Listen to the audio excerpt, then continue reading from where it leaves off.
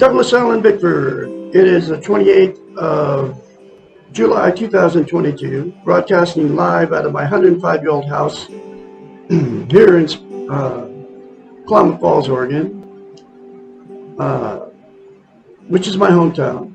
Klamath Falls, Oregon is the gateway to one of the 7 wonders of the world, which is Crater Lake National Park. You got to come check it out.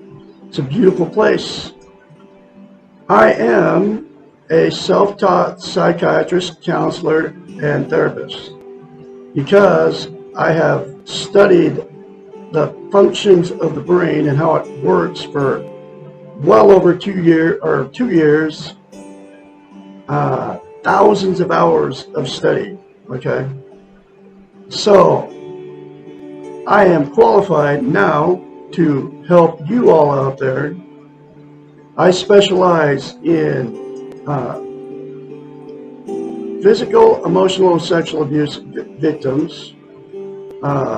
Because I am a victim, I learned how to fix my messed up brain because of all my thousands of hours of study, and I can help you also. So, call me for your free therapy sessions, 1 hour a week, 4 times a month. 458-232-5238. I'm the real deal, folks, and it's not going to cost you a dime except for honesty. It will cost you $16 to get this book. It'll come right to your front door at Amazon, okay? But that's all it's going to cost you. It won't cost you thousands of dollars, okay? Like a licensed psychiatrist will, okay? And I can help you. So, I am on Facebook and YouTube for absolutely one reason. That's to help you be positive about how, where, and what you are, okay? And the only way you can be positive about how, where, and what you are, your world and others, is to attain a healthy mind. And to attain and maintain a thing called self-esteem. Because you cannot have a healthy mind unless you attain and maintain self-esteem. So, what self-esteem is? It's how you feel about yourself inside. It's also known as self-love, self-confidence, self-worth. Here's what self-esteem is. Most people don't even know what the 2 words even mean because nobody's teaching it. What it means is, we've all been in romantic relationships. When you first meet that person, you know, that good feeling you got. You're on cloud 9, both of you are, you're all bragging to family and friends. You're soulmates, you're going to die together, you're never going to separate. This is what you're vowing to each other, then telling everybody, right? Well, what self-esteem is that? Good feeling towards yourself. Dr. Susanna McMahon, 73, lives in Madrid, Texas, with her husband, has a doctorate in psychology. She also has a master's in philosophy. She has counseled and been a therapist for thousands of clients, okay? Every lesson, she wrote this book in The Portable Therapist in the 90s. It was published in 1992. Every lesson in it talks about how we've been trained not to have a healthy mind, not to have self-esteem. So, as a psychiatrist, her clients would hire her, pay her big bucks to help them fix their unhealthy minds. She knew that nobody was teaching self-esteem, and back then, because for whatever reason, I have no idea why they don't want us to have it, but they're trained in this not to have it, right? Not to have a healthy mind. So anyway, she knew her clients didn't have self-esteem. So in order to fix their unhealthy mind, she knew she had to get them to give themselves self-esteem. So she had to come up with a way to do that for her clients. And here's that very simple concept. It is called mirror therapy.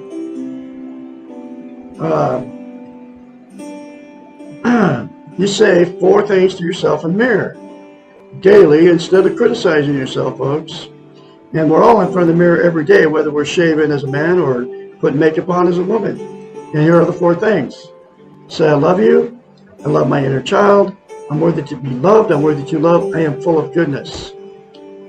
Those 4 things to yourself in the mirror daily, without fail, will give you instantaneously self-esteem. But to maintain that self-esteem, you have to practice it.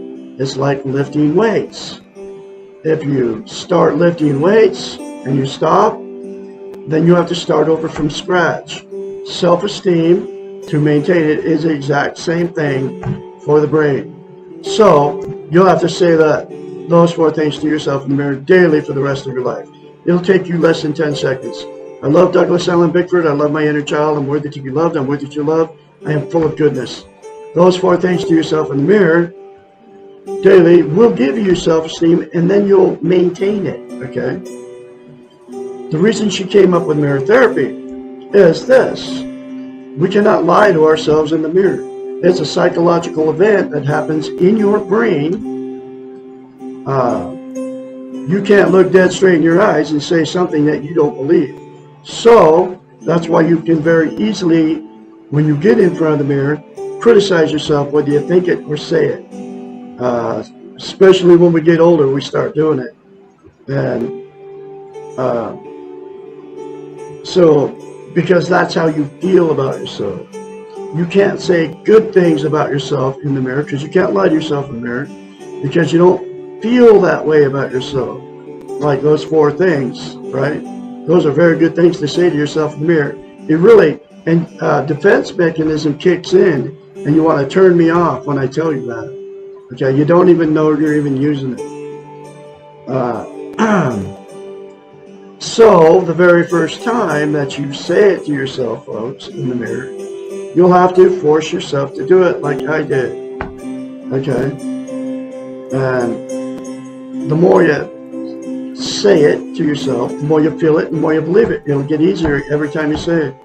So, it'll feel very strange and awkward when you first do it. But do it beyond that very strange and awkward feeling. Trust me, it works. It worked on me. It can work on you too. Self-esteem is the absolute most important thing you can have as a human being. Okay? And here's why. Because we cannot be content without it. What content is you feel good about how, where, and what you are. It's also known as internal peace. There are 11 things that people are using to try to be content. They are all the social media, Facebook, TikTok, YouTube, Instagram, you know, I can go on and on about all the social media platforms, right?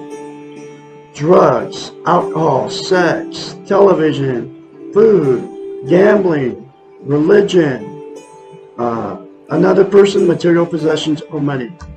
Those 11 things are known as externals. They're outside of yourself. They will make you feel content, good, give you internal peace temporarily, but it never lasts. The absolute only thing that will give you permanent contentment, that's to attain and maintain self-esteem. Okay? By saying the 4 things to yourself in the mirror daily. Think about this, okay? If you drink, you know the alcohol buzz, right? That alcohol buzz goes away, so you have to drink more to get the same buzz, right? And the drug high goes away. I'll just use an example of pot, right? That good feeling goes away, so you have to do more pot to get the same good feeling. And then the other 9 things are exactly the same thing. The other reason it is so vital to you to attain and maintain self-esteem. Can't love without it. We can't be loved without it. So what happens is 2 people that don't have self-esteem will attract each other. Okay? Then after the good feeling goes away, with 2 with no self-esteem, that's when the fights and the arguments start. The calling each other names, the drug and alcohol use, the going to bars, picking up strange people to have sex with, the flirting right in front of your significant other with other people, right? The, the little innuendos, you know, you really can't stand each other anymore because the good feeling went away, and then you don't have self-esteem, so nothing fixes it. You go to therapy, you apologize, and then stuff just keeps happening over and over again. Without self-esteem, it'll never get fixed. So what happens in these relationships that became toxic, the two people will divorce or separate, right? And then the same two people, to try to find happiness and get that good feeling back, will go jump in another relationship with somebody else, and the exact same thing will happen. That's why you've been married more than once. That's why I've had many failed relationships. That's why I've been married 4 times and had many failed relationships. The second thing that'll happen in two that got together with no self-esteem is they'll stay in that relationship forever. And the reason they don't leave it, even though they both know it's a terrible relationship, don't even like each other anymore, they're being codependent on each other. And they're afraid to leave. They don't want to be a failure. They don't want to be an embarrassment to all their family, friends, and church members. They can't be alone, and they're afraid to leave, or they have nowhere to go. So they stay stuck in that terrible relationship forever. And at that point, it becomes a dysfunctional family. And all the emotional, sexual, and physical abuse, after they have kids and everything, just gets swept under the rug by all the children, which it means it never gets talked about. And then the cycle continues down the line. Dysfunctional families create more dysfunctional families to all their children, and then they create dysfunctional families. So the cycle continues. That's without self-esteem, two that got together. And the very last thing that happens, that two people that got together with no self-esteem, they will just go, screw it, I can't find anybody to love me, I can't find anybody to love, and so they exit out of the romantic scene and just be alone the rest of their lives. Then they'll quit taking care of themselves. And then they'll continue to use the 11 things to try to make themselves feel good. And nothing works because you can't be content without self-esteem, which is internal peace. So, Douglas Allen Bickford, self-taught psychiatrist, counselor, and therapist, has the cure for you. All those situations, to the tune of billions of people on the planet.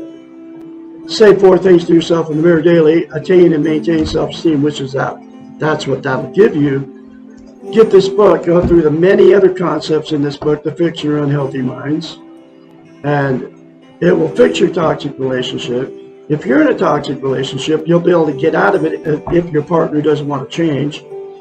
And all the people that are out there all alone using the 11 things to try to be content, be happy, have internal peace, won't have to use those 11 things anymore to get happy, be content, get internal peace, because they will attain and maintain self-esteem. Okay?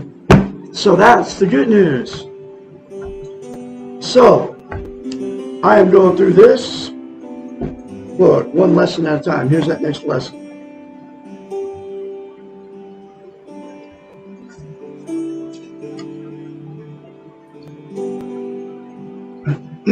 How will I know when to give to others and when to say no? Lesson 69. First of all, make sure the other person wants what you are giving. Do not presume that they need your services, and do not give to others when you yourself are needy. The whole thing will backfire. Avoid needing being needed. This is another trap that is easy to fall into. Make sure that the gift you are giving, your time, energy, services, sacrifice, is clean, and that there are no ulterior motives on your part. If you're asked to give when you do not want to, but feel you must, make sure it is short-term situation so that you know from the beginning exactly what you are getting into and when you will stop. If you cannot do these things, it is better in the long run not to give of yourself. If you find that you are involved in a situation where you are giving too much and becoming resentful or angry, stop giving. No gift to another is worth destroying yourself. There is no law that states that once you begin to give, you must keep on giving. Beware of people who expect you to always be the giver. They are lacking self-esteem and will not encourage you to take care of yourself. The following story is a clear example of the danger of giving too much. In a dense forest lives a swamp that is always depressed and gloomy and unhappy with his lot in life. One sunny day, a brand new tractor rolls off the assembly line and takes a walk to the forest, in the forest where the swamp lives. The tractor is whistling and singing and delighting to be alive when it comes across the swamp. Good morning, he says to the swamp. Isn't it a wonderful day? Replies the swamp. What's so good about it? Here I am stuck in the shady part of the forest where the sun never shines through the trees, and I'm tired of being a gloopy old swamp. I wish I could help you, says the tractor. Is there anything I can do? The swamp is thoughtful. Well, if you really want to help, I suppose you could shovel some dirt into me, and then I would dry up and stop being a swamp. What a good idea, says the tractor. I'll be happy to help you stop being a swamp.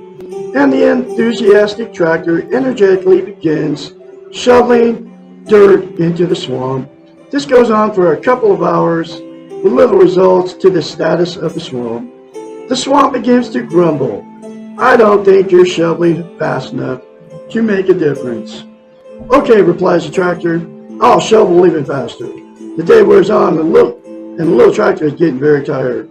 The swamp looks exactly as it looked in the morning. Now the swamp starts getting mad at the tractor. If you really cared about me, then there would be more results. I don't think your heart is really into helping me. By now, the tractor has invested the whole day in trying to help the swamp, and he really feels committed to his role to try to change the swamp. So he speeds up his efforts. Even though he's feeling weak and exhausted, he shovels dirt while the swamp sleeps throughout the night, and he continues to work the next day, while the swamp grumbles and complains about his poor effort and his lack of real caring. The tractor literally works himself to death and slowly slinks into the swamp, the wet, muddy swamp. There is no evidence that the tractor has ever been there at all. The swamp remains a swamp and waits for the next tractor to come along and save him from himself. What could the tractor have done? If he had learned self-esteem, how to take care of himself, he would have asked the swamp what the swamp was willing to do to change. Or he may have passed by the swamp and recognized that this was a dangerous trap. Or being a tractor with social interest, he might have offered to help the swamp for a little while. Then, when he realized that his help was not working, he might have gone on his way feeling good about his efforts, even though the swamp was still a swamp. In all cases, had the tractor learned self-esteem, he would have never have given his life for the swamp, which is the 4 things to yourself daily in the mirror, folks. It will give you self-esteem. Then you won't be a tractor anymore. You won't let people take advantage of you. It has happened to me. Some people are natural tractors, givers, and they are attracted to those who are swamps, takers. I was married to one of these, my 4th marriage. In order to change the ending to a happy one, both the swamps and the tractors of the world need to learn to take care of themselves. The swamps of the world need to learn to do for themselves, and the tractors need to learn to let the swamps help themselves. The tractors allow the swamps to the tractors allow the swamps to continue being swamps. By giving too much, a giver puts a taker in a one-down position. A victim role, and the victims tend to resent and hate their so-called saviors. Oh man, this is all true, folks. It is easier to perceive the destructiveness of the takers, but there is also the destructiveness destructiveness in too much giving. The goal of the giver is feeling good and taking credit for the outcome can be a larger goal than the one that the taker wants. Remember the cookie jar theory. Bake cookies for yourself first, and then bake cookies for others. Give when you are full, and you will not feel depleted from the act of giving. You can sacrifice yourself for others as long as it does not feel as though you are sacrificing anything. As soon as you feel the sacrifice, stop giving and take care of your own needs. Wow, very powerful for you folks. I'm going to have another lesson for you tomorrow, which is, what is a dysfunctional family? Remember to say 4 things to yourself in the mirror, folks. I already told you to call me and to schedule your, I don't know if I told you that or not. I can be your therapist. I specialize in sexual, emotional, and physical abuse. I can be your psychiatrist. I can help you. Okay? Call me for your 1-hour sessions, to schedule your 1-hour sessions, and we will start from there. Okay? 458-232-5238. Call me anytime. I will be talking to you tomorrow. Have a great day out there on this Thursday.